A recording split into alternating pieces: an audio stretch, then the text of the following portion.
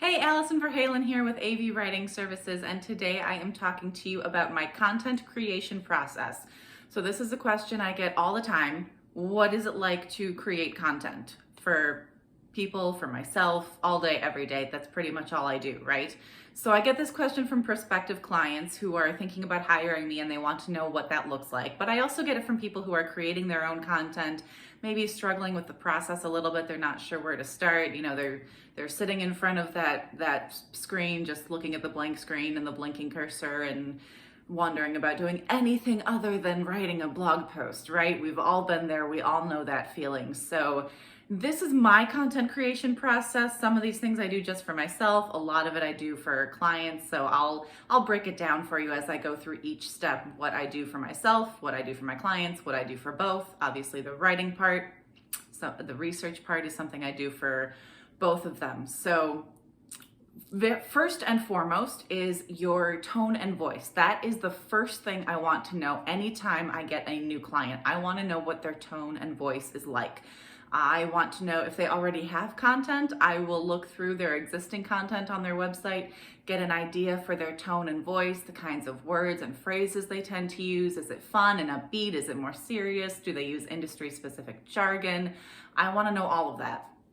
If they are just starting out and they don't have any content, or if they're going through a rebranding effort and they don't want to use their old content, they want to start fresh, I will ask for samples of other content on other websites online that they like and would like to emulate in their own content. And I'll go through that content to kind of get an idea for it. If you're doing this yourself, decide what you want your brand tone voice to be like. And this should be part of your branding process, right? Or rebranding process. I mentioned I have worked with people who are going through the rebrand process. They've got a new logo, they've got new colors, and they've got new content, which is where they bring me in. So that's the point where you want to decide, is it going to be a fun and upbeat and a little more lighthearted, or is it going to be more serious, completely informational? You're not going to joke around at all in your content. That's up to you, but make sure that it is consistent with your brand. If your logo is a little bit, if it has loose lines, if it's a little more sketchy, a little more loose, then maybe your content should also be a little more loose and lighthearted. If it's more serious and it's a very, straight lines, maybe dark colors in your logo, then your content is going to want to reflect that as well. You're going to want to keep it serious and formal and not joke around a whole lot. So it's part of the branding process. So identify what you want your brand to be like and make sure that your content reflects that as well as your logo. So that is number one. And if you can come up with brand tone and voice guidelines, that makes it so much easier for you, for your team. If you're going to hire someone like me, whether it's an independent contractor or if you're bringing in an employee to write content for you full time, being able to hand them that guideline of this is what we want our brand tone voice to be like makes it so much easier for them to get an idea of what you want and to be able to create content that is in line with your brand. So that is number one, is identify your brand tone and voice. Number two, keep an eye out for content ideas. I get people all the time asking me where I get my ideas from, and the truth is everywhere. Like I said, people ask me this question all the time, what my content creation process is like. So I decided to create content about it and tell you all what my process is like so that I can answer that question and create content that is of value to you. That being said, sometimes I get ideas from research or something I see online, or an influencer in my industry will be blogging about something and I'll be like, oh, that's great, I should cover that on my blog too. Or maybe they cover something and the topic is great, but I don't agree with their take on it. I think the truth is a little bit different. So I can write a different blog post that explains why my take is different. So get your content from all over the place, right? You should obviously be keeping up to date with your industry. As new things come up, talk about it in your blog and talk about how that affects your clients, because that's what it all comes down to, right? Why should they care? What's in it for them? How does it affect them? And then obviously, why should they hire you? So next up is make your list and check it twice. So you've got the content idea, that's great. Just because you got an idea does not make it a good idea. And I do this too in my own content. I will look through it and make sure that I have not already covered this on my blog, and I'll make sure that it's a valid keyword. I'll get to that a little bit later, but right now let's talk about making your list and checking it twice. So I have my site on WordPress. It makes it really easy for me to go to all my blog posts that I have published, that I've ever written on that website, and I can just see all of the titles right in a row. It's great, it's super easy. So if I get an idea, I can go back and look at that and go, have I covered this already? And I've only been blogging on this particular website for about a year and a half, and I still have times where I'm like, oh, I should write about such and such, and I go back and I look and I've already covered it. So, you know, when you write a new blog post every week for a year and a half, that's a lot of content, and sometimes the same questions do come up over and over again, and you think, oh, I should write about that, and you forget that you've already written about it. So keep that in mind. I have a client for whom I keep a spreadsheet of all of the blog posts.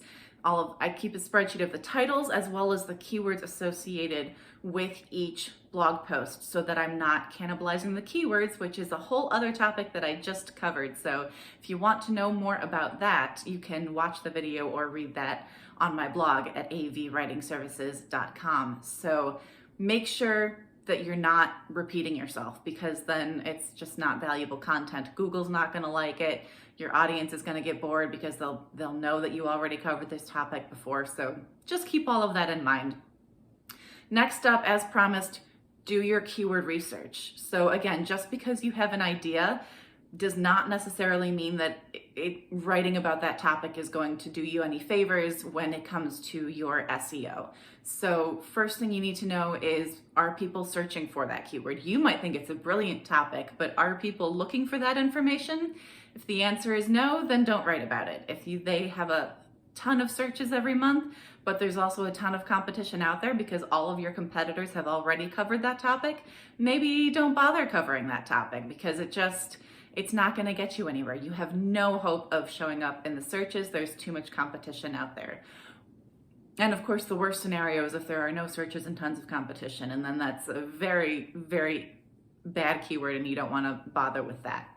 But when you're doing your keyword research, there's always going to be a list underneath all the stats for that particular keyword. There's going to be a list of related keywords.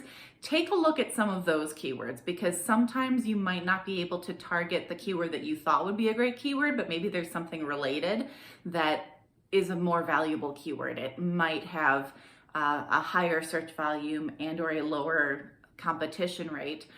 Or if it's a long tail keyword, and I've talked about this before, long tail keywords are the keywords, the search terms that tend to be like 3 to 5 words long instead of 2 or 3 words long.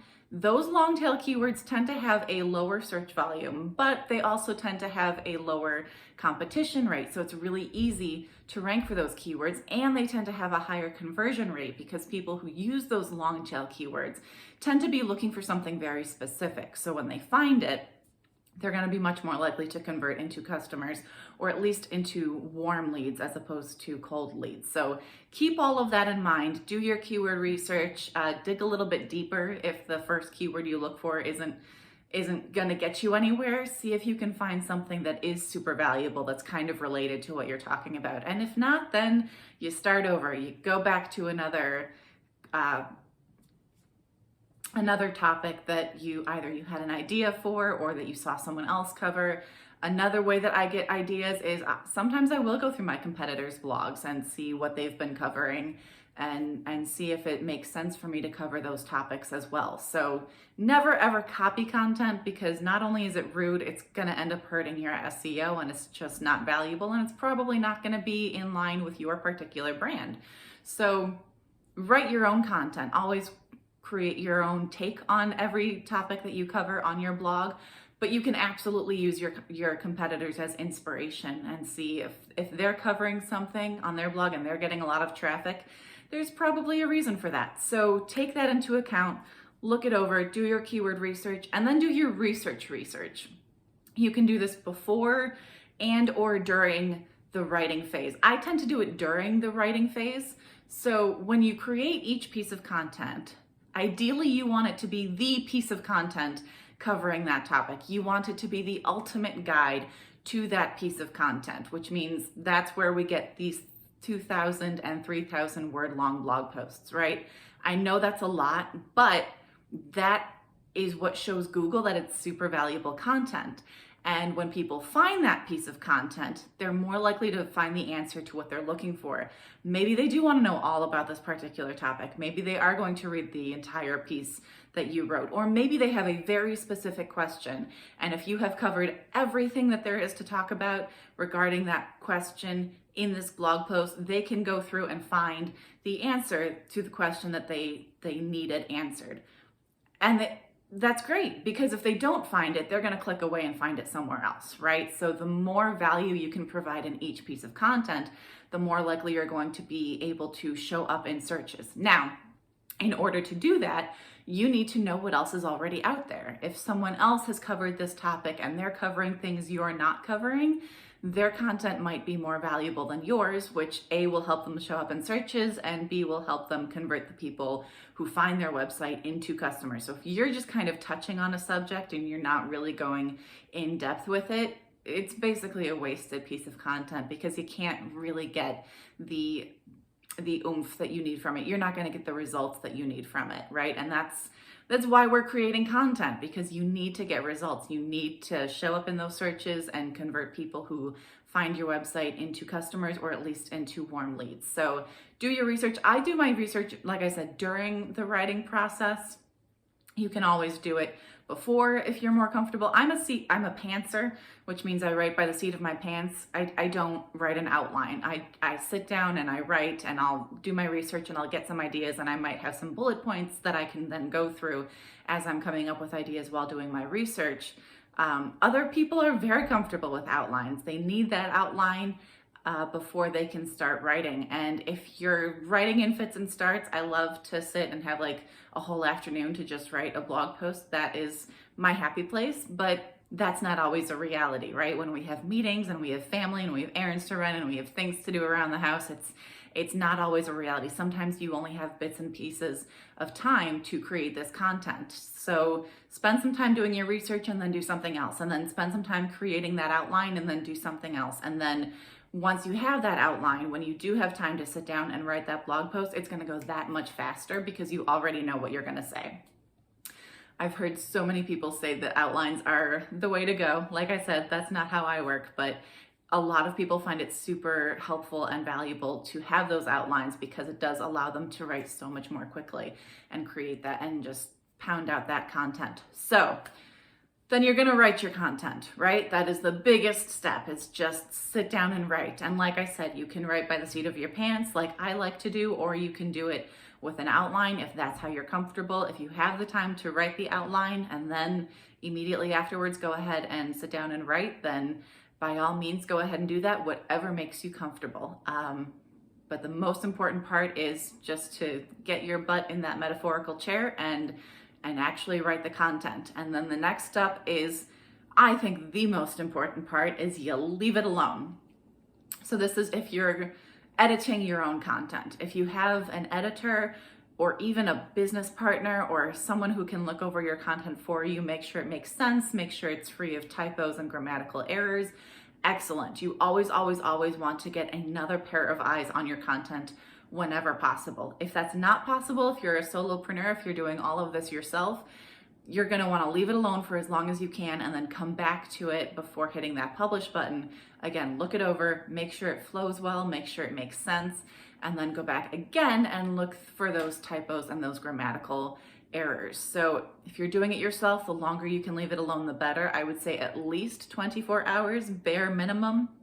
If you can leave it alone for up to a week or even longer, that's even better. So those are some things to keep in mind, and then go back and edit and format it. Formatting is not something that I offer for my clients. I don't do design.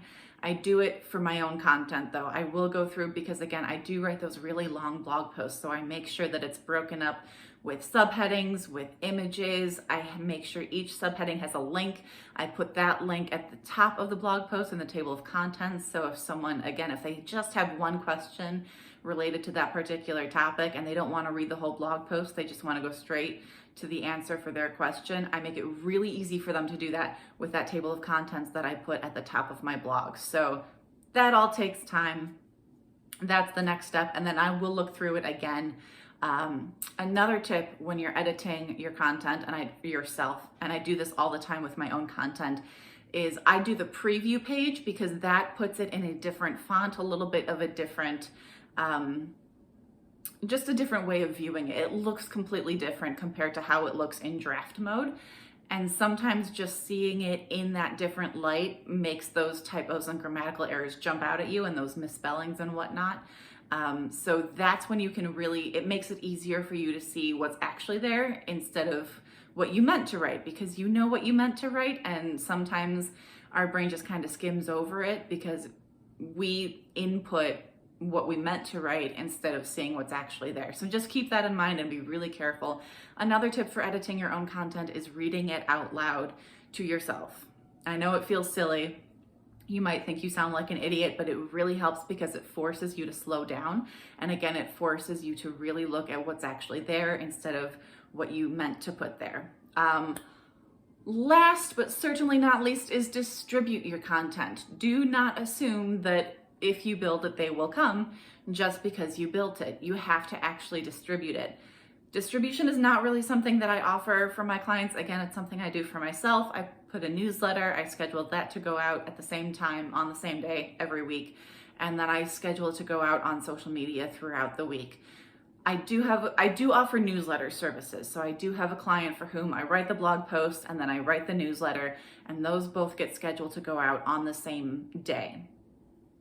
That the more you can drive traffic to your blog post on the day it gets published, the better off it's going to be, because Google is going to see that traffic going to the blog post and it's going to assume that that's a really valuable piece of content because people are going to it, people are checking it out, people are seeing what's there. That must be really valuable. So that's going to help your SEO as well as driving organic traffic to your content. So it's a win-win.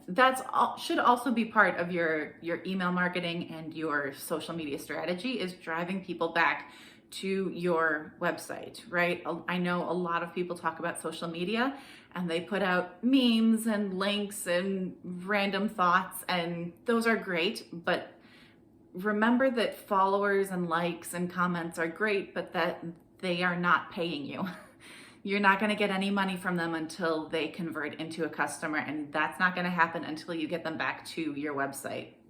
So having blog posts is a great way to put valuable content out on social media, right? You're not directly selling on social media.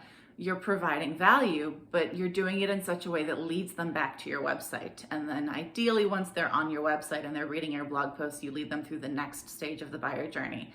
Same goes for your newsletter, right? You should be able to reel them in and get them back to your website. So having that foot in the door, so to speak, by getting into their inbox is super valuable, but it doesn't end there, right? That's not the end game. That's just a part of the puzzle. So you want to get them back to your website. Again, keep putting that great content in front of them to let them know that you really know your stuff and that you're providing all this value for them, so that when they are ready to buy, you'll be top of mind for them. They will know that you really know your stuff. So that is it. That is how I create content, again, both for myself and for my clients. So if you have any other questions, you can reach me directly at info@avwritingservices.com. You can leave a comment on this video.